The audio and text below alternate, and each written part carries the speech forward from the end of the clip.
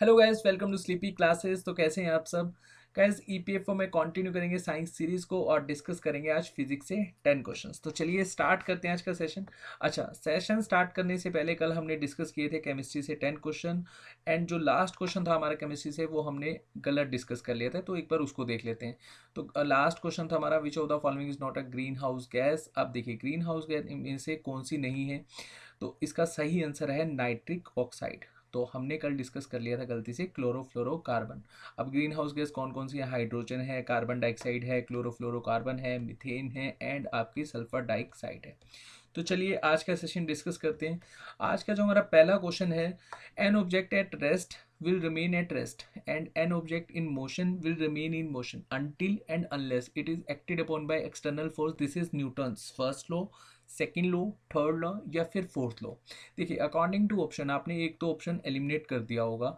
अब 5 सेकेंड के टाइम के अकॉर्डिंगली सोचिए इसका सही आंसर क्या है। तो होपफुली आपने पोज करके सही आंसर दिया होगा। तो गाइस इसका सही आंसर है न्यूटन्स फर्स्ट लॉ। तो एक बार देख लेते हैं न्यूटन्स फर्स्ट लॉ हमें क्या कहते हैं। देखिए गाइस, अब आपके पास पेन होगा। अब जब ये आप सेशन देख रहे होंगे तो ऑब्वियसली जो स्टैटिक इन्फो होती है वो आप नोट डाउन करते होंगे, तो पेन को आप टेबल पे रख दीजिए। अब ये जो पेन है आपका, जब तक आप इस पर कोई ऐसा फोर्स अप्लाई नहीं करोगे ये अपनी जगह से मूव नहीं होगा। ठीक है गैस, या मान के चलो कोई बॉडी मोशन में है, अब इस पर कोई ऐसा एक्सटर्नल फोर्स अप्लाई नहीं होगी तो ये बॉडी मोशन पे ही रहेगी। ठीक है, यही कहना था न्यूटन के फर्स्ट लॉ का। अब न्यूटन का जो फर्स्ट लॉ है वो सिमिलर है इनर्शिया के। तो इनर्शिया क्या है? इनर्शिया एक तरह की करेक्टरिस्टिक है। जैसे हर ऑब्जेक्ट को अगर हम अपने स्टेट ऑफ मोशन को चेंज करने से अगर रोकेंगे या फिर उसको चेंज होने से हम कुछ ना कुछ एफर्ट्स करेंगे तो वो अपने आप को रोकेगा। या इसको डेफिनेशन के अकॉर्डिंगली समझो, the tendency of an object to state at rest और keep moving with the same velocity is called inertia. यही हमने देखा न्यूटन के फर्स्ट लॉ में। ठीक है, हर ऑब्जेक्ट अपने स्टेट ऑफ मोशन को चेंज होने से रोकता है, ये क्या कहता है? इनर्शिया कहता है। तो सिमिलर सी ही डेफिनेशन है। अच्छा, जो इनर्शिया होता है वो किसके ऊपर डिपेंड करता है, या फिर इनर्शिया किसके डायरेक्टली प्रोपोर्शनल होता है? मास के। जितना मास होगा उतना हमें यहाँ पर इनर्शिया देखने को मिलेगा। Property to resist to change वो भी ज़्यादा होता जाएगा। ठीक है गैस, तो होपफुली आपको फर्स्ट लॉ अच्छे से समझ में आ गया होगा। ये डेफिनेशन यहाँ पर मेंशन है। अब यहाँ पर देखिए सेकंड लॉ हमें क्या कहता है, थोड़ा सा मैं आपको बता देता हूँ, बाकी हम डिटेल में डिस्कस करेंगे जब फिजिक्स डिस्कस करेंगे। तो यहाँ पे जो सेकंड लॉ है वो हमें कहता है the rate of change of momentum of an object. कोई भी ऑब्जेक्ट है उसका अगर rate of change of momentum हमें देखने को मिलेगा वो किसके इक्वल होगा? फोर्स अप्लाइड, जो भी हमने फोर्स को अप्लाई किया होगा। अब देखिए इसका अगर हम फॉर्मूला देखें तो मोमेंटम को हम डोनेट करेंगे पी से। अब ये किसके इक्वल हो जाएगा? M into we. एम बोले तो मास, वी क्या हो जाएगी? वेलोसिटी। अब देखिए चेंज ऑफ मोमेंटम की यहाँ पर बात करेगी ये, तो हम यहाँ पर इसको इस तरह से लिख सकते हैं p two minus p one. तो ये फॉर्मूला भी हमें चेंज हो जाएगा। ठीक है, वेलोसिटी को हम किस तरह से डिफाइन करते हैं? इनिशियल वेलोसिटी हम यू लेते हैं और फाइनल वेलोसिटी हम वी लेते हैं। ये तो नाइन्थ का टॉपिक है, ऑलरेडी मैं ये मान के चल रहा हूँ आपने साइंस कर ली होगी, ये आपको आता होगा। ठीक है, तो ये फार्मूला भी आपको चेंज हो देखने को मिलेगा। इसको ऐसे लिख लो आप, या फिर m u minus m v लिख लो, एक ही बात है। अब यहाँ पर टाइम के अकॉर्डिंगली चेंज आ रहा है। तो ये देखो, ये वाला जो आप यहाँ पर देख रहे हो यू माइनस वी अपॉन में टी, ये आपको एक्सेलरेशन का फार्मूला देखने को मिल रहा होगा। ठीक है, तो चेंज ऑफ मोमेंटम जो है वो आपका किसके इक्वल हो जाएगा? एम इंटू ए। और चेंज ऑफ मोमेंटम किसके इक्वल है? जो हमने अभी देखा था, जो मैंने आपको डेफिनेशन बताया अप्लाइड फोर्स के, तो ये एफ के इक्वल हो जाएगा। F is equal to M into A. तो ये बहुत इंपॉर्टेंट है सेकंड लॉ, इससे बहुत न्यूमेरिकल्स निकलते हैं। मैं कोशिश करूँगा आपको न्यूमेरिकल के पॉइंट ऑफ व्यू से जितने भी इंपॉर्टेंट फार्मूलाज हैं, जैसे न्यूटन फार्मूला है, बहुत सारे हैं हमारे पास फिजिक्स में, तो हम डिस्कस करेंगे वन बाय वन। ठीक है गैस, तो ये ध्यान में रखना। फोर्स कैसे इक्वल होता है ए के according to Newton's first law, और फोर्स की जो यूनिट होती है वो भी न्यूटन होती है। हालांकि इसको हम अच्छे से डिस्कस भी कर सकते हैं क्या यूनिट होती है, लेकिन ईजिली हम इसको न्यूटन ही याद रखते हैं। और थर्ड लॉ तो बहुत ही ईजी है याद रखना। Every action then is an equal and opposite reaction. जो भी हमारा एक्शन होता है उसके इक्वल एंड अपोजिट हमें रिएक्शन देखने को मिलता है। ठीक है गाइज, अब देखो इसको आप एग्जाम्पल के फॉर्मेट में समझो। मान के चलो कि आप बोट पर कभी आपने ट्रैवल किया हो, और आप बोट से जब उतरते हो तो आपका एक पैर बोट पे होता है और एक आप यहाँ पर मान लो कि लैंड पे रख रहे हो। अब जब आप ये वाला पैर लैंड पे रखोगे तो इस वाले फोर्स से आप अप्लाई करोगे फोर्स बैकवर्ड की तरफ, या जो बोट है वो बैकवर्ड डायरेक्शन में आपको मूव होती दिखेगी, और आप कहाँ मूव होते दिखोगे, आगे की ओर। ठीक है, एक तो ये इसका बेस्ट एग्जांपल हो जाएगा। सेकंड यहाँ पर क्या हो जाएगा, लाइक जैसे आपने मूवीज़ में देखा होगा, वेब सीरीज़ में देखा होगा, जो बंदूकें वगैरह चलाते हैं, लाइक जैसे AK-47 लगा लो आप। तो AK-47 में क्या होता है, जब जैसे ही चलाते हैं ना तो बुलेट आगे की ओर जाती है, ठीक है, और जो गन है वो पीछे की ओर एकदम मूव करती है। तो जो बुलेट की जो फोर्स होती है वो हमें बैकवर्ड डायरेक्शन को भी देखने को मिलती है, जिससे एकदम से पीछे की ओर भी जो यहाँ पर गन चला रहे होते हैं उनको यहाँ पर फोर्स लगता है। या फिर आपने एक बैलून वाला एग्जांपल ले लो, बहुत सारे एग्जांपल हैं। आपने बैलून को ब्लो किया और आपने उसको किसी भी चीज़ से बांधा नहीं, जैसे आपने एक उसको एक एंड से मतलब अपने फिंगर से पकड़ लिया, ठीक है, तो आप उसको ऊपर की ओर कर दो, ठीक है, और एकदम छोड़ोगे वो बैलून ऊपर की ओर जाएगा, और जो उसमें से एयर होगी वो नीचे की ओर होगी, जितनी एयर नीचे होगी उतना बैलून ऊपर जाएगा। तो ये सारे एग्जांपल हैं न्यूटन थर्ड लॉ के। चलिए नेक्स्ट क्वेश्चन देखते हैं। होपफुली आपको Newton first second third law समझ में आ गया होगा, नहीं तो हम डिटेल में समझेंगे विद न्यूमेरिकल्स। ठीक है गैस, चलिए तो हमारा सेकंड क्वेश्चन है, when hot water is sprinkled on hotter glass tumbler it breaks because. अब ये ब्रेक क्यों हो जाता है, इसके रीज़न देख लेते हैं। तो ऑप्शन है हमारे पास चार, देखते हैं कौन सा सही है। ग्लास सडनली एक्सपेंड, क्या जब हम हॉट वाटर डालते हैं तो ग्लास एक्सपेंड करना शुरू हो जाता है। बी ऑप्शन देखते हैं, ग्लास सडनली कॉन्ट्रैक्ट्स, ठीक है। सी ऑप्शन देखते हैं, वाटर एवेपोरेट्स। और डी है हमारे पास, glass reacts chemically with water. देखिए गाइस, इसका सही आंसर है हमारे पास ग्लास सडनली कॉन्ट्रैक्ट्स। यहाँ पर एक्स्ट्रा इन्फॉर्मेशन आप देख सकते हैं, जैसे ही हम हॉट वाटर डालेंगे टम्बलर में तो वो क्या हो जाएगा, कॉन्ट्रैक्ट होना शुरू हो जाएगा, ठीक है, इस वजह से वो ब्रेक हो जाएगा। चलिए थर्ड क्वेश्चन देखते हैं। थर्ड क्वेश्चन भी बहुत ईजी है। प्रेशर कुकर कुक्स फास्टर बिकॉज, जो प्रेशर कुकर होता है वो जल्दी हमारे को, जो भी हम यहाँ पर प्रेशर कुकर में बना रहे होते हैं वो जल्दी जल्दी कुक कैसे कर देता है। तो उसके लिए ऑप्शन देखते हैं कौन सा सही होगा। ए ऑप्शन हमें कहता है बॉइलिंग वाटर इंक्रीज। चलिए एकदम आपको आंसर ही देखने को मिल गया, तो इसका ए ही ऑप्शन सही है, boiling water increase with increase in pressure. ठीक है गैस, तो जैसे जैसे बॉइलिंग जो प्रेशर इंक्रीज होगा वैसे वैसे हमारा बॉइलिंग वाटर इंक्रीज होगा। डेट्स वाई जो भी हम यहाँ पर कुक कर रहे होंगे वो जल्दी जल्दी हमारा कुक हो जाएगा। चलिए नेक्स्ट क्वेश्चन देखते हैं। नेक्स्ट क्वेश्चन बहुत ही अच्छा है, ऐसे क्वेश्चंस पूछे जाते हैं कि कौन सा इंस्ट्रूमेंट किस लिए यूज़ होता है। तो अब यहाँ पर क्वेश्चन है हमारे पास, which instrument can be use to study the wave form of a signal. तो ऑप्शन है हमारे पास, स्पेक्ट्रोमीटर, ऑसिलोस्कोप, सोनोमीटर, या फिर पीएन जंक्शन डायोड। अब देखिएगा इसका आंसर क्या है। इसका आंसर है हमारा ऑसिलोस्कोप। अब वो कैसे है देखिए,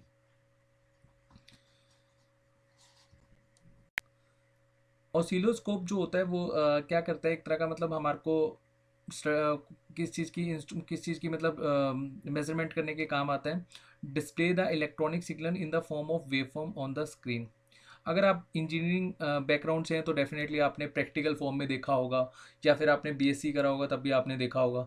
तो बहुत ही कॉमनली यूज़ होता है जब हम एनालॉगी एक्सपेरिमेंट्स कर रहे होते हैं, ठीक है। तो ऑसिलोस्कोप और जो हमारा स्पेक्ट्रोमीटर होता है वो हम किस लिए यूज़ करते हैं, use to measure the tension, frequency और डेंसिटी ऑफ वाइब्रेशन।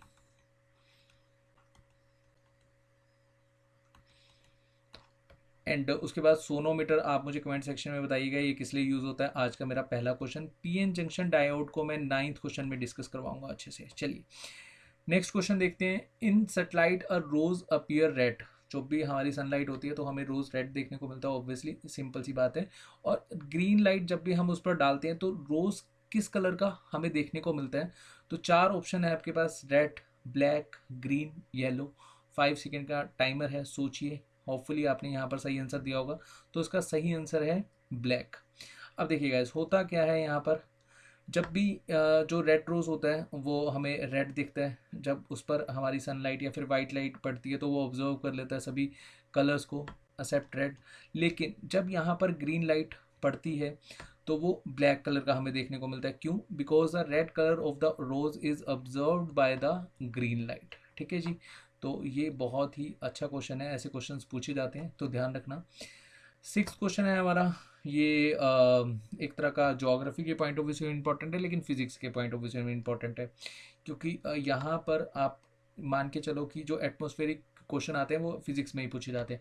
तो ozone hole that has been detected lies in the atmosphere above. तो जो ओजोन होल है, जैसे आपको पता ही होगा अर्थ की 5 लेयर्स होती हैं।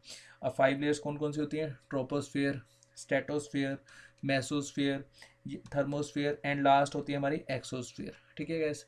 थर्मोस्फेयर, सॉरी ट्रोपोस्फेयर क्या होती है? जिस पर हमारा सारा का सारा एनवायरनमेंट वगैरह बनता है ना, जो हमारी रेन वगैरह होती है वो सारा यहाँ पर हमें देखने को मिलता है। और स्ट्रेटोस्फेयर में जो हमारे एयर प्लेन होते हैं और जो ओजोन होती है वो भी यहीं होती है स्ट्रेटोस्फेयर में। इस तरह से आगे आगे ये इनके फीचर्स हैं, फंक्शंस हैं, ठीक है, वो हम डिस्कस करेंगे अलग टॉपिक में। अब अकॉर्डिंग टू दिस क्वेश्चन इसका आंसर क्या होगा? अंटार्कटिका। चलिए देख लेते हैं इस पर इसको अच्छे से। अब देखिए ओजोन लेयर है सॉरी, ओजोन लेयर हमें कहाँ देखने को मिलती है? स्ट्रेटोस्फेयर में। और ओजोन लेयर जो ये एक ओजोन होल है, ये सबसे पहले पता किसने लगाया था? तो मैं आपको बता देता हूँ। अराउंड 2000 के आसपास नासा के एक इंस्ट्रूमेंट में डिटेक्ट करा गया था अंटार्कटिक ओजोन होल। और साइंटिस्ट ने यहाँ पर ये बताया था कि जो होल है ये लगभग लगभग 3 टाइम लार्जर है जितना यूएस का लैंड है। तो आप देख सकते हो कितना बड़ा ये होल होगा। और जैसे जैसे ये होल बढ़ता जाएगा तो ऑब्वियसली हमारे लिए क्या है? नुकसान ही है, क्योंकि ओजोन लेयर हमें प्रोटेक्ट करता है किससे? यूवी रेडिएशन से। ठीक है, और ये यूवी रेडिएशन डायरेक्टली अगर हमारे ऊपर पड़ेंगी तो हमें कैंसर होने का खतरा है। ठीक है, तो ध्यान रखना। तो साइंटिफिक ये एविडेंस है ozone is destroyed in stratosphere and that some human released chemical are speeding up by the breakdown of ozone in the atmosphere. ठीक है गैस, तो चलिए नेक्स्ट क्वेश्चन डिस्कस करते हैं। नेक्स्ट क्वेश्चन है हमारा, alternating current is converted into direct current by a transformer या फिर हमारा डायनेमो, ओसिलेटर, रेक्टिफायर। देखिए गाइस इसका सही आंसर है रेक्टिफायर। अब इसका सही आंसर रेक्टिफायर कैसे है तो एक बार देख लेते हैं। अब रेक्टिफायर का जो फीचर होता है वो क्या होता है? Sorry, rectifier is a electrical device that converts alternating current which periodically reverse direction to direct current. अब एसी को डीसी में कन्वर्ट कौन करता है? रेक्टिफायर। अच्छा, अगर आपसे क्वेश्चन पूछा जाए कि जो ट्रांसफार्मर है उसका क्या काम होता है, तो ट्रांसफार्मर का क्या काम होता है? ये एक तरह का इलेक्ट्रिकल डिवाइस है जो डिज़ाइन किया जाता है कन्वर्ट एसी फॉर्म, या इसको इस तरह से समझो, to convert AC from 1 voltage to another. जैसे लाइक एज हमारे घर में 220 वोल्ट आती है ना, और हमारे घर के नियर अबाउट बहुत बड़ा ट्रांसफार्मर लगा होता है। तो ट्रांसफार्मर वेरी करता है, स्टेप डाउन, स्टेप अप। तो ये डिपेंड करता है कि हमें किस तरह का ट्रांसफार्मर यूज़ करना है। एग्जैक्टली यहाँ पर क्वेश्चन पूछा जाता है ट्रांसफार्मर से, बहुत ही नॉर्मली ये क्वेश्चन आता ही आता है पेपर में कि ट्रांसफार्मर कौन से प्रिंसिपल पर वर्क करता है? Magnetic induction. इसको याद रखना, ऐसे क्वेश्चंस पूछे जाते हैं कि कौन से प्रिंसिपल पे वर्क करता है? Magnetic induction. अब उसके बाद है ओसिलेटर। जो ओसिलेटर होता है वो आपका यूज़ होता है माइक्रो कंट्रोलर या फिर माइक्रो प्रोसेसर डिवाइस में।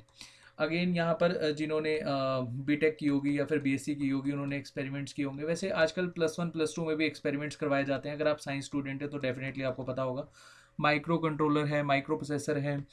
तो इसमें यूज़ किया जाता है ओसिलेटर। ठीक है, बहुत ही नॉर्मल सा डिवाइस है, सिक्रोनाइज करने में काम आता है विद द क्लॉक। हम फेड करते हैं कोई भी इंफॉर्मेशन। ठीक है, चलिए ये डिटेल में चला जाएगा काफ़ी। अब आप मेरे को कमेंट सेक्शन में बताएंगे डायनेमो को हम किस लिए यूज़ करते हैं। तो ये मेरा आज का सेकंड क्वेश्चन है आपसे। चलिए नेक्स्ट क्वेश्चन देखते हैं। नेक्स्ट क्वेश्चन बहुत ही ईजी है, इसको हम अपने घर में भी इसको एक तरह से एग्जाम्पल के तौर पे समझ सकते हैं। When 2 ice cubes are press together they join to form one cube, which one of the following helps to hold them together? अब देखिए आप अपने घर में आइस क्यूब को लीजिए, 2 आइस क्यूब को प्रेस कीजिए। प्रेस करने के बाद आपको लगेगा कि ये जो 2 आइस क्यूब हैं ये थोड़ी देर के बाद आफ्टर 40 to 60 सेकेंड ये दोनों आइस क्यूब एक में मर्ज कर गई। ठीक है, ऐसा क्यों होता है? किस वजह से होता है? Hydrogen bond formation, van der Waals force, covalent attraction या फिर डाइपोल इंट्रैक्शन। ये होता है गाइस हाइड्रोजन बॉन्ड फॉर्मेशन की वजह से। ठीक है, इसको प्रैक्टिकली आप घर में भी बहुत ईजिली कर सकते हो, तो करके देखना डेफिनेटली। Hydrogen bond formation. ठीक है, होपफुली यहाँ पे जो आइस क्यूब्स हों वो सेम से हों, ऐसा ना हो कि एक यहाँ पर अजीब सा हो और एक बिल्कुल स्केयर फॉर्म में हो, इस तरह ना हो, बिल्कुल सेम से हो। और आप उसको करके देखना, डेफिनेटली 50 to 60 सेकेंड के पास आपको पता लग जाएगा कि ये जो आइस क्यूब्स हैं वो एक में कन्वर्ट हो जाती हैं। ठीक है गैस, चलिए नेक्स्ट क्वेश्चन देखते हैं। For which diode is used. अब डायोड किस लिए यूज़ किया जाता है, मॉड्यूलेशन के लिए, ऑसिलेशन के लिए, या फिर एम्पलीफिकेशन के लिए, या फिर प्यूरिफिकेशन के लिए। पहले मैं आपको डायोड समझा देता हूँ। देखिए गाइस, पीएन जंक्शन हमने देखा था I think third fourth question में, है ना। तो पीएन जंक्शन क्या होता है, पीएन जंक्शन डायोड। अब इसको ध्यान से समझिएगा, ये डायोड आपको देखने को मिल रहा होगा, है ना। अगर आपने अपने घर में खुद से एक्सपेरिमेंट किया होगा, जैसे छोटे होते हम बहुत एक्सपेरिमेंट करते हैं। और लाइक जैसे हमारे घर में टीवी होते हैं, कई बार हम उसको खोल के बैठ जाते हैं, देखते हैं कि इसमें क्या है। ठीक है, और यहाँ पर कोई अपने आप को मतलब साइंटिफिक या साइंटिस्ट सोचने लग जाता है। तो आपने देखा होगा, ये तो एक्सपेरिमेंट छोटे मोटे ही होते हैं, लाइक जैसे छोटे छोटे सर्किट्स हमने डेफिनेटली खोले भी होंगे। ये एलईडी है ना। तो ये जो डायोड होते हैं ये हमें इस तरह से देखने को मिलते हैं। ये लाइक जैसे ये आपको यहाँ पर थर्ड में देखने को मिल रहा होगा। अब डायोड का काम क्या होता है, यहाँ पर देखो सर्किट में भी डायोड्स लगे हुए हैं। अब मैं इसको पीएन जंक्शन डायोड की फॉर्मेट में आपको समझाता हूँ। वैसे डायोड का काम क्या होता है, प्यूरिफिकेशन का होता है। According to this question answer आपका डी है। अब यहाँ पर मान के चलो कि लाइक जैसे एक डिप्लीशन लेयर की फॉर्मेट में समझते हैं। ये यहाँ पर एक हमने इसको डिवाइड कर दिया इस तरह से। यहाँ पर है होल्स पी एंड एन, ठीक है। यहाँ पर पी में क्या होंगे, होल्स होंगे, और इधर सारे के सारे इलेक्ट्रॉन्स होंगे। ठीक है, ये इलेक्ट्रॉन्स को मैंने इस तरह से माइनस में डोनेट करा है, डिनोट। अब यहाँ पर देखो कि ये जो इलेक्ट्रॉन्स हैं वो इधर मूव करेंगे, और ये जो होल्स हैं वो इधर मूव करेंगे। ठीक है जी। अब जब ये इधर मूव कर रहे हैं और इधर मूव कर रहे हैं, इसको, इस प्रोसेस को क्या कहते हैं, डिफ्यूज़न। और अल्टीमेटली यहाँ पर क्या होगा कि जो ये इलेक्ट्रॉन है, यहाँ पर समझिएगा, ये जो इलेक्ट्रॉन्स हैं ये कहाँ मूव कर जाएंगे, इधर की ओर। तो यहाँ पर क्या हो जाएंगे, नेगेटिव जो चार्ज है वो ज़्यादा हो जाएगा। ठीक है जी। और यहाँ पर होल सारे के सारे मूव कर जाएंगे, यहाँ क्या हो जाएगा, पॉजिटिव चार्ज ज़्यादा हो जाएगा। ठीक है, इसको डिटेल में भी समझेंगे अकॉर्डिंग टू डायग्राम यहाँ पर मैं आपको यहाँ पर समझाऊंगा अच्छे से। लेकिन अभी के लिए समझिए, ये काफ़ी ज़रूरी प्रोसेस है। ठीक है, तो डिफ्यूज़न हुआ, डिफ्यूज़न में क्या हुआ कि जो नेगेटिव चार्ज थे वो इधर मूव कर गए, और जो होल्स थे वो इधर मूव कर गए। अब यहाँ पर आपको देखने को मिलेगा नेगेटिव चार्ज। ठीक है गैस,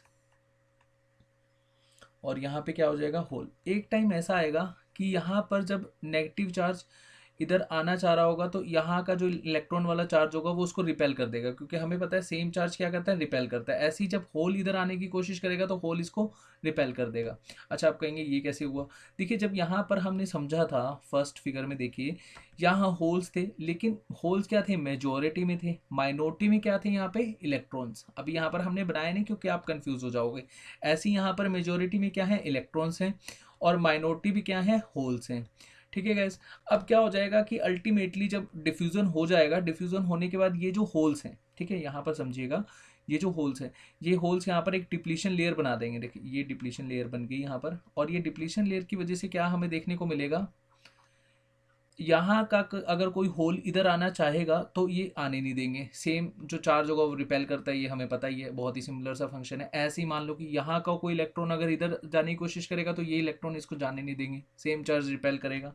अगर मानो यहाँ पर हमें यहाँ से चार्ज को इधर मूव करना है तो हम क्या करेंगे, फॉरवर्ड बायस या जो हमारा रिवर्स बायस है, इस तरह से हम डायग्राम को मतलब देखेंगे। मान के चलो कि अगर आपने यहाँ से मूव करना है इधर की ओर, इधर से मूव करना है इधर की ओर, ठीक है, तो यहाँ पर हम फॉरवर्ड बायस की कंडीशन में क्या लगा देंगे, पॉजिटिव चार्ज इधर लगा देंगे, नेगेटिव चार्ज इधर लगा देंगे। मतलब एक तरह से बैटरी टर्मिनल से इसको जोड़ देंगे। जब बैटरी टर्मिनल से जोड़ेंगे तो ऑब्वियसली यहाँ पर मान के चलो कि मैक्सिमम हो गया, पोटेंशियल हो गया। ये डिप्लीशन लेयर क्या करेगा, पोटेंशियल बना देगा 0.5 वोल्ट का। अब 0.5 वोल्ट तक तो ये जो इलेक्ट्रॉन्स हैं, होल्स हैं, इधर उधर मूव नहीं करेंगे। तो हम यहाँ पर यूज़ करेंगे बैटरी का। तो बैटरी का यूज़ करेंगे, बैटरी हम यहाँ पर मान के चलो हमने 0.8 वोल्ट की यूज़ करी, तो डेफिनेटली यहाँ से जो इलेक्ट्रॉन्स हैं वो मूव कर जाएंगे इधर की ओर। ठीक है, इस तरह से समझो। ऐसी रिवर्स भी कर सकते हैं हम, तो रिवर्स, फॉरवर्ड, बायस, बहुत ही डिटेल में जाएंगे इस टॉपिक में।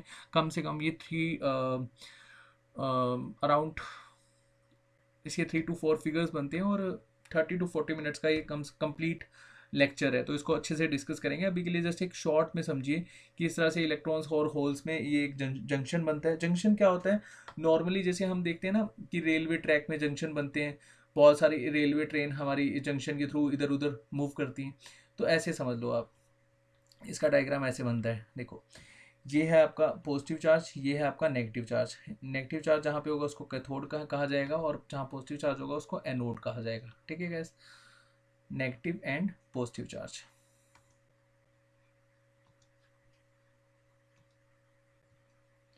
चलिए एक बार इसकी यहाँ पर एग्जैक्टली इंफॉर्मेशन भी देख लेते हैं। Most common function of diode is to allow electric current to pass in one direction, और एक तरह का यूनि डायरेक्शन होता है, फॉरवर्ड डायरेक्शन या फिर बैकवर्ड डायरेक्शन डिपेंड करता है, और दूसरी तरफ के करंट को ब्लॉक कर देता है। ठीक है, यहाँ पर आप एक्स्ट्रा इन्फॉर्मेशन को अच्छे से रीड आउट कर लेना, और इसका आंसर क्या है? प्यूरिफिकेशन। चलिए नेक्स्ट, और आज का जो हमारा लास्ट क्वेश्चन है, for which type of motion the distance time graph is not a straight line can be used, can be any kind of curve। ठीक है, तो आपको बताना है कि कौन से टाइप के मोशन में हमें जो डिस्टेंस टाइम ग्राफ देखने को मिलता है वो स्ट्रेट नहीं होता। अब देखिए चार ऑप्शन है हमारे पास, uniform motion, circular motion, non uniform motion या फिर लीनियर मोशन।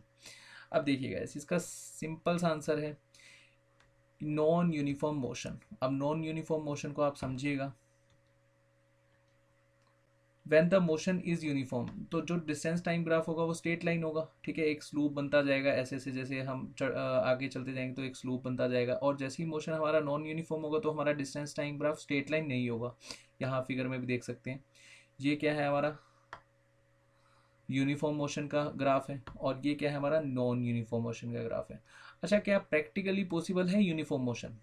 आप मान लो चंडीगढ़ से चले हो दिल्ली की ओर, ठीक है, और आपने यहाँ पर सेम स्पीड रख दी है अपनी कार की 50 किलोमीटर पर आवर। ठीक है, तो 50 किलोमीटर पर आवर से आप यहाँ पर चल रहे हो, क्या आप दिल्ली तक 50 किलोमीटर पर आवर तक पहुँच पाओगे सिमिलर स्पीड पे? कोई ऐसा ऑब्स्टेकल नहीं आएगा यहाँ पर, कोई टोल प्लाजा नहीं आएगा। आजकल तो चलो टोल प्लाजा बंद है, लेकिन फिर भी यहाँ पर कोई ऑब्स्टेकल तो हमें देखने को मिलेगा, है ना? कोई भी आ सकता है, कोई पर्सन आ सकता है, कोई एनिमल आ सकता है, तो या फिर हमारा जैम लग सकता है। तो अकॉर्डिंग टू जाम वगैरह ये सब हम देखते हैं कि हमारी जो स्पीड है वो हम ओवरऑल निकालते हैं। जैसे आपने अभी मैथ का हमारा जो लेक्चर्स चल रहे हैं उसमें भी आप देख ही रहे होंगे कि किस तरह से हम टाइम स्पीड डिस्टेंस को निकालते हैं, या टाइम वर्क को हम किस तरह से मेज़र करते हैं। ठीक है, तो एक तरह से हम एवरेज निकालते हैं स्पीड। ठीक है, तो यूनिफॉर्म तो हमारा प्रैक्टिकली तो पॉसिबल नहीं है, फिर भी हमें डायग्राम याद होनी चाहिए। कई बार डायरेक्टली ना डायग्राम आ जाते हैं, पूछ लेते हैं कि बताइए ये यूनिफॉर्म मोशन का कौन सा है, नॉन यूनिफॉर्म मोशन का कौन सा है, तो ऐसे क्वेश्चंस भी आपसे पूछे जाते हैं। होपफुली ये सेशन में आपको बहुत कुछ सीखने को मिला होगा। तो गाइस इसकी जो PDF है वो मिलेगी आपको हमारे टेलीग्राम चैनल पर। Thank you so much.